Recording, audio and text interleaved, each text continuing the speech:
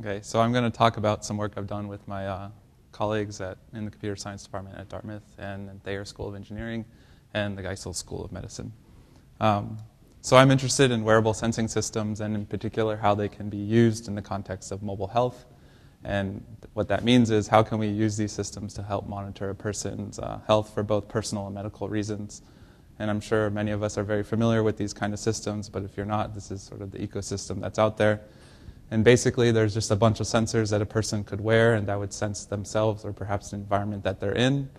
And these sensors tend to be pretty dumb, so what ends up happening is they communicate to some sort of gateway or mobile node, and together they form something called a wireless body area network. Optionally, the mobile node or gateway might communicate with some electronic or personal health record, but that's sort of out of scope for this talk. There are also wired body area networks, but I think those are pretty intrusive. But in this sort of point of intrusiveness and usability, I'll come back to throughout this talk. So these kind of systems actually exist today. If you go out to Best Buy, you can buy things like this. I think the best example is probably the Fitbit, which is the one on the bottom in the middle.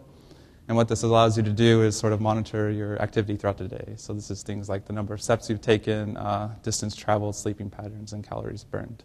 And if you look at these devices from a physician's point of view, they're going to be very skeptical of their use in a medical context. So a physician will ask questions like, did these sensors come from a trustworthy manufacturer? How were they calibrated? What kind of algorithms are you using to do inference? Are there any guarantees that these things were actually applied correctly to a patient? How is the data being protected? So there's all kinds of questions surrounding these things.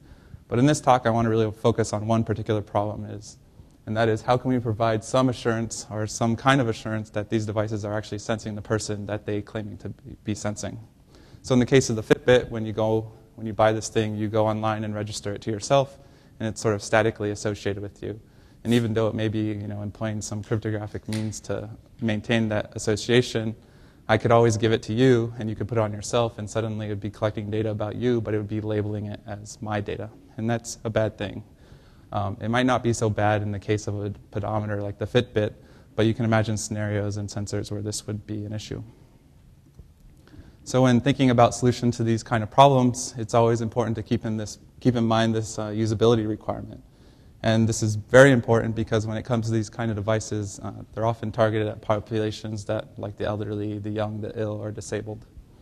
And I like this particular quote because what it's basically saying is that the user should really have to do nothing. They just put the sensor on, whether they strap it onto themselves, they stick it onto themselves, or put it in their pocket, or perhaps even implanted or ingested, and it should just work. That's a nice sort of thing. That's the ideal situation that you would want to be in.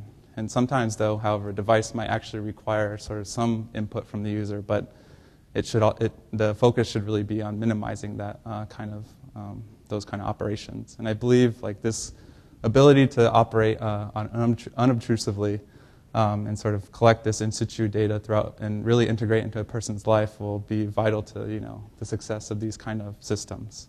So in the context of all those problems I described before, this means that somebody should be able to buy these sensors and without any other action on their part, put it on themselves. The sensor nodes would discover each other, recognize that they're on the same body, and then transitively learn whose body they're actually on, and then independently somehow compute some secrets so that they can establish secure and reliable communications. So when you think about this problem of how can they actually learn or decide whose body they're on, you can think of a lot of solutions, and the one that usually comes to people's minds is biometrics. So there's two classes of biometrics. There's physiological ones and behavioral ones. In physiological biometrics, what they do is they utilize something about your personal physiology to identify you. And these are things that people are very familiar with: fingerprints, hand geometry, facial recognition, or retinal recognition. On the other spectrum, there's behavioral biometrics, and these use something about the way you go about your life to identify you. So, the way you type on a keyboard, how you talk, how you walk, or even how you sign your name. And these things are great, but I'm not sure, or I'm not convinced that they're very usable or in some cases secure enough. So something like a retinal scan is very secure because you have this thing, you put it to your eye, And it can pretty accurately identify people out of a very large population, but it's also very intrusive. I have to put this thing actually up to my eye. Same thing with the fingerprint reader. I had to put my fingerprint on the actual reader. But on the other side, you have these behavioral ones, which are nice because they sort of integrate into your life. If I have something like a speaker identification system, I can just talk, and it would be like, hey, that's me speaking, or that it knows that it's me speaking, and it can just sort of passively label that.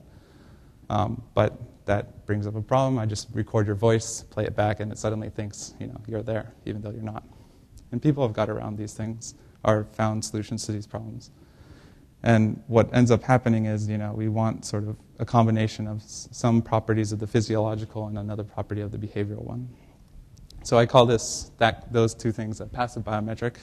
And most biometrics exhibit these three traits. They're universal, unique, and permanent. And so when you think about a biometric, you want to understand, how is my biometric, how does it relate to these three characteristics? So in terms of universality, if you're doing a fingerprint reader, some people may not have fingers, so then how do you account for that? And the whole point of these is just to think about how your biometric is affected by whatever the characteristic is. In terms of uniqueness, you can target different population sizes. It's not always the case that you won't have to be able to identify the whole world. Sometimes you can just look at a smaller population. And there's some interesting research that shows, for like a height sensor, it might not be able to identify everybody in the world, but you can probably identify everybody in the household. And in fact, I think for most wearable sensing systems, they're only going to ever see a very small subset of all people in the world. So something like a household size is probably our target population. And then there's permanence. How stable is this biometric over time? Obviously, as you age, your voice changes. Your face can change if some accident happens, or your fingerprints can actually fade. So that's going to affect the biometric. And then the last two traits, which sort of go into why I call them passive biometrics, is this idea that they should be unobtrusively measurable and that they should be difficult to circumvent. So I previously explained what these mean, but unobtrusively measurable, it shouldn't require anybody's user input. It's getting back to this sort of usability principle. And the circumvention, it shouldn't be that easy to circumvent, where I could just record your voice and play it back.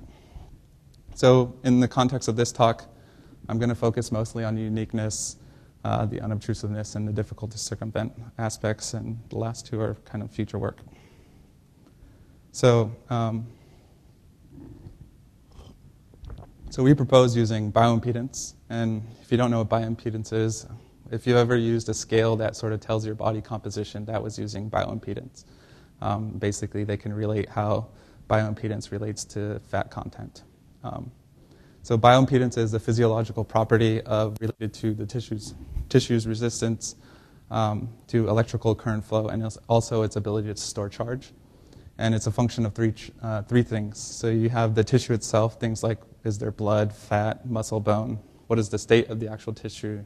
How dense are your bones? How hydrated are the cells? And the anatomic orientation of the tissue. So how is the bone and muscle oriented relative to what you're measuring? And it is because of these three things that we think that bioimpedance is going to make a sort of unique marker for identifying individuals. And one can measure this basically by applying italic electrodes, which are these gray things up here, and applying a small sinusoidal current between these electrodes. And then what ends up happening is you create an electrical field in a tissue, and this results in a measurable voltage change. And this is due to the actual tissue. So then different tissues end up exhibiting different characteristics depending on what frequency you're sending in the current. So what we end up doing is you can sweep over a bunch of different frequencies because you have a bunch of different tissue. So then you have basically, you end up doing something called electrical impedance spectroscopy. So what you get is these complex values, which are represented by these Z values, that represent both the reactance and resistance of the tissue at some specific frequency. And finally, there's two ways of measuring. There's a bipolar way and a tetrapolar way. And as the names imply, for a bipolar measurement, you're using the same two electrodes to apply current that you're also using to measure the voltage difference. In the tetrapolar case, you're applying current through two electrodes, and then you're measuring from two different electrodes. So you might think, well, what's the difference? Well, bipolar measurements end up suffering from something called contact impedance, and what ends up happening is at the site where the electrode contacts the skin, there's a contact impedance, which is a kind of a noise that occurs when the current is applied. In the case of the tetrapolar, you don't get that, so it's a little less noisy. But the problem is the tetrapolar ones end up being more complex to manufacture in terms of hardware. So it's sort of a economic balance there. So basically, what we imagine is a device like a watch that a person would wear and could measure their bioimpedance at their wrist.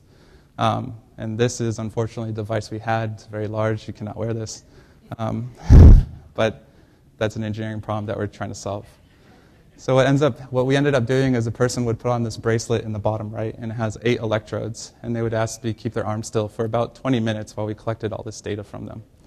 And the laptop would work with the multiplexer to change the electrode configuration, and then the impedance analyzer would measure the impedance for that given electrode pattern. So we think the wrist is a nice location because it has sort of several technical advantages. If it's like a watch-like device, it's always worn more or less in the same way. You don't sort of move it from wrist to wrist. And this alleviates a lot of issues that one would have with placement and orientation.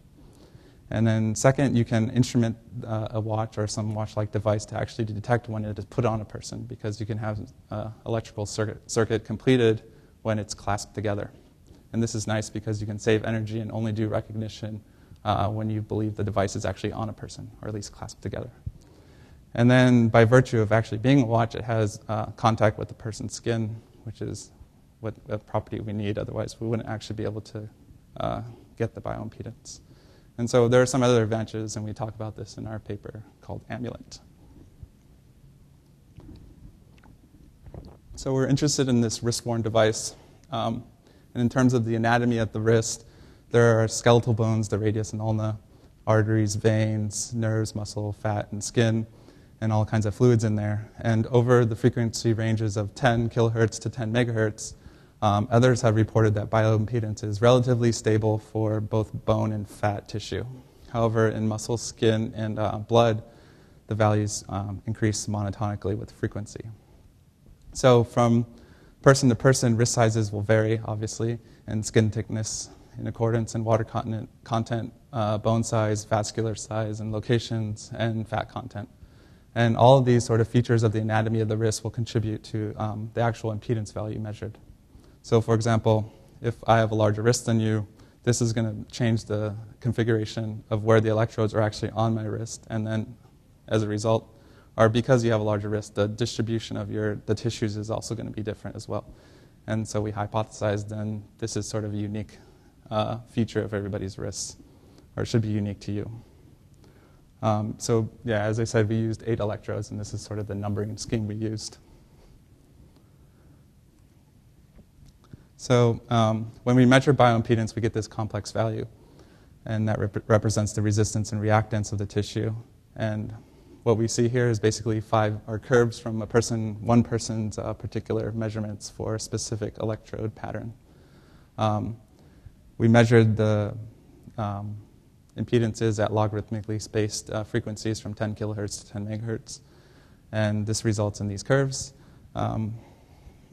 So the measurements are relatively stable except on the extreme frequencies. In the middle, they're pretty stable, but as you get towards the edge, there's some noise that occurs. So then how do we account for this? So we want to extract some features from these curves.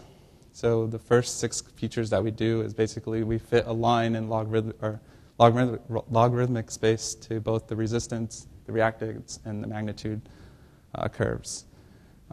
And so because a line can actually be described by a slope and intercept, we basically get 2 features for each of these 3 parts, resulting in 6 features.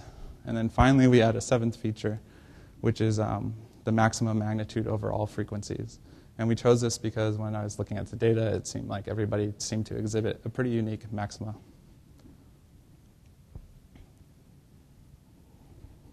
So given a bunch of these feature vectors I described from a single bioimpedance, you want to employ some sort of algorithm to do enrollment and recognition. So the first thing the device would do is sort of collect a bunch of training feature vectors from a desired set of subjects, and then use these to train a classifier where the class corresponds to the subject, to a particular subject. So we tested a bunch of classifiers, and what ended up working up the best is a naive Bayes classifier. And if you don't know what a naive Bayes classifier is, it's pretty simple. It just sort of independently models each feature by computing a mean and variance. And since these are continuous values, it assumes sort of there's an underlying Gaussian distribution. So once the classifier has learned this particular model, it can then use a recognition algorithm to determine who is wearing the device. And if you sort of know machine learning, this is pretty obvious. And what you do is basically compute a new bioimpedance and the test or a feature vector from that, and you ask the classifier, okay, which person do you think this is? And in terms of a naive Bayes one, it's just basically choosing the label with the maximum likelihood given the learned parameters. So in order to actually test these algorithms, what we ended up doing was running a leave one out bioimpedance cross-validation over all subjects to actually compute some metrics, which I'll describe next. So there are a bunch of parameters we can play with to see how well these algorithms would work. And the first is the number of subjects we trained on. And as I said before, you can look at the whole population, or you can look at a subset of that population, because we don't think that, or at least we think that these devices will only see a small set of people. We looked at 2 subjects, 3 subjects, 4 subjects, and 5. And then we also looked at all subjects just to see how well it would classify over everyone in our data set. The second thing we can play with is the electrode patterns. So you can choose like all kinds of combinations of electrode patterns for both bipolar and tetrapolar measurements. But if you do the math, there's a lot, and it would take a very long time to actually run all these measurements. So what we ended up choosing were the electrodes that have the maximal distance from each other. So in the case of a bipolar, it'd be like the top and bottom, left and right, and then the ones in between. So that's 4, 8, 4, 8. If you remember back from the original diagram, was the top and bottom. 2, 6 was in the sides of the wrist. And then we did the same thing for the tetrapolar measurements, in that for the currents that are applying, you choose the maximal distance, and for the currents or the electrodes that are sensing, you choose the next maximal, because you can't choose the same electrodes. So we ended up collecting this measurements from 46 subjects. 22 were male and 24 were female. The average age was about 21 years old. All of them were greater than 8, or older than 8, or 18 or older. So we took 5 measurements for each electrode pattern, as shown above. And this is about 80 measurements per person. And this takes like 20 minutes to do. And this resulted in 3,680 total measurements. So in terms of those algorithms, we need to somehow summarize. We need summary statistics to see how well they perform. And because when you have really large cohort sizes, you have an imbalance of data between negative and positive examples, or genuine and imposter examples, we compute something called balanced accuracy. And all it's doing is weighting the true accept rate versus the true reject rate. And we also show the false accept rate and the false reject rate, which is computed on the side given this table. And basically all they tell us is how many imposters would we have accepted and how many genuine subjects would we have rejected. And these are useful measures to know. Basically you want large balanced accuracies and low false rejects and false accepts. So the first experiment we ran were on the bipolar measurements only. And the top chart shows the metrics for leave one out bioimpedance cross-validation averaged over all subjects for a single bipolar electrode pattern. That's kind of a mouthful. So the top 3 performing bipolar patterns were 48, 48, 26, 26, 37, 37.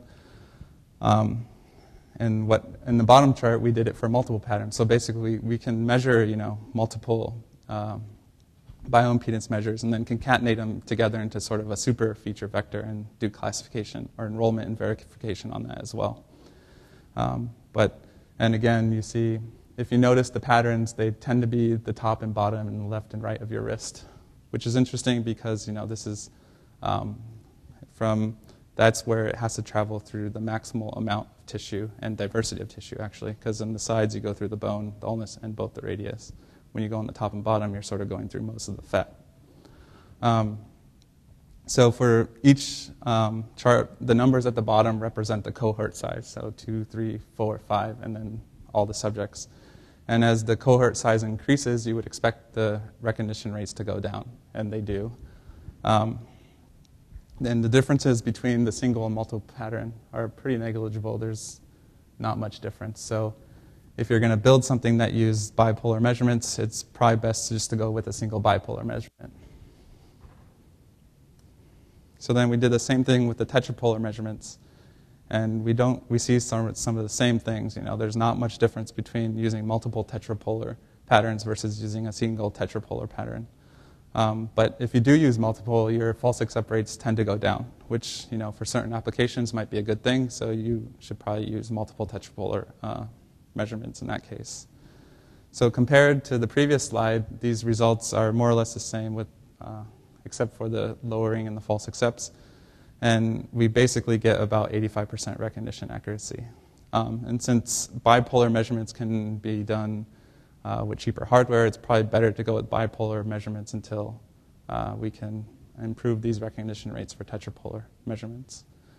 And again, we see the top and bottom patterns perform the best, where 4.8, again, is the top and bottom, and when it's sensing, 3.7 is sort of right next to it. So it's the natural question to ask is, how can we improve these recognition rates? We can obviously engineer better features to extract from these curves, but the actual sort of genesis of this work was we noticed in a paper of our colleagues that she was using wrist circumference to identify people. And we're like, okay, that's cool. So what we ended up actually doing was collecting wrist circumferences at the same time. And so the top chart actually shows the distribution of wrist circumferences for a person, or for our subjects, divided into male and females. And obviously males have larger wrist sizes, so they tend to be on the right, and women tend to be on the left. And if you were to run sort of a simple classifier on these to see how well they do, you'd be able to accurately identify people 98% of the time. However, that's assuming there's no measurement error.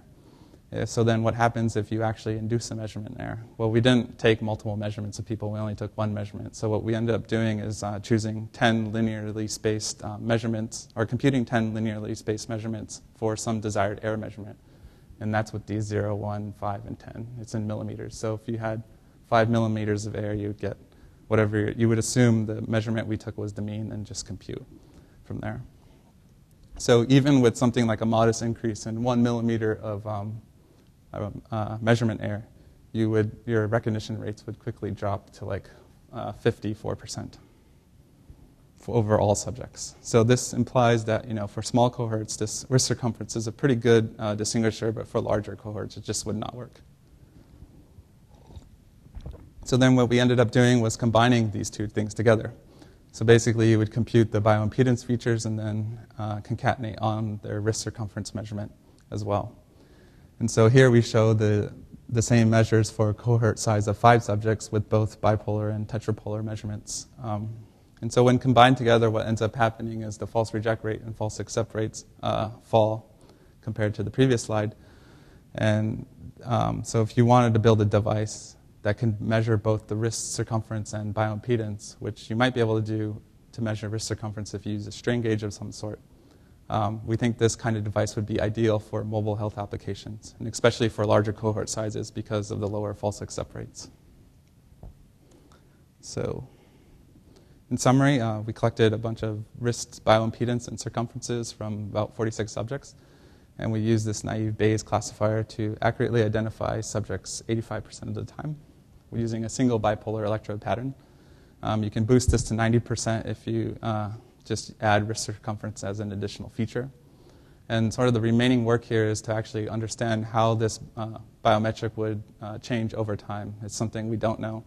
There are a lot of factors that can go into that. So we've been developing this wearable prototype on the Shimmer platform and a custom daughter board we built that someone could probably easily wear for a week or so to collect this bioimpedance data. So thank you.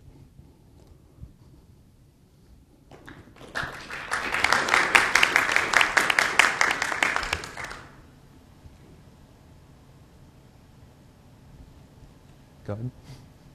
When you did your... The mic? Oh, It's not going to be on the video.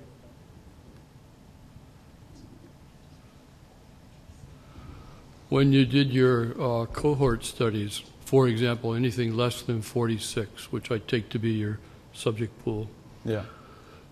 did you just draw, for example, 2 at random, Or did you Yeah, do so we actually did you computed do over. repeated draws? We or? did repeated draws. Yeah. Uh-huh. Yeah. And of the suite of classifiers that you used, could you say what some of the other ones were? So we used k-nearest neighbors. We did linear discriminant analysis. I did a random forest. What else did I do? Yes, Logistic regression, things like that. So, well, my lab does biometrics too. Our results are kind of similar to yours except for the classifier. So I'm curious to know what you would do next, or what do you think is the impediment to, say, getting close to 100%? I don't know. So, I mean, in the machine learning community, there's sort of a split between engineering better features, which is something you could spend a lot of your whole thesis on doing, or you can learn features by having a bunch of unlabeled examples. So I think, I mean, obviously the features are going to affect the ability of the classifier to classify well. So I could spend more time doing that, but I don't know. I feel like this is good enough, and the rest of it is just a lot of engineering effort to get to the better recognition accuracies. Okay. Our experience is that it's noise in the data.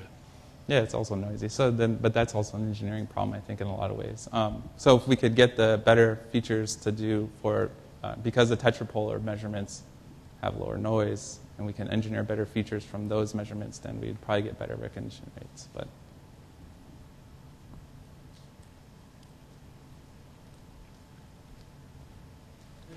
Oh, can I ask one quick question? It's kind of a satellite question. I was curious about your experience with the IRB. I assume this went through IRB approval.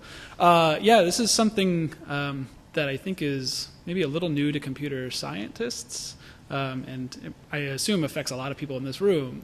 So can you talk a little bit about your interaction with the IRB? So it was really easy. But we were lucky because the device we were using is used by another professor at the Thayer School, and he does this to do cancer studies. So you can use electrical impedance spectroscopy to actually determine if cells are cancerous or not.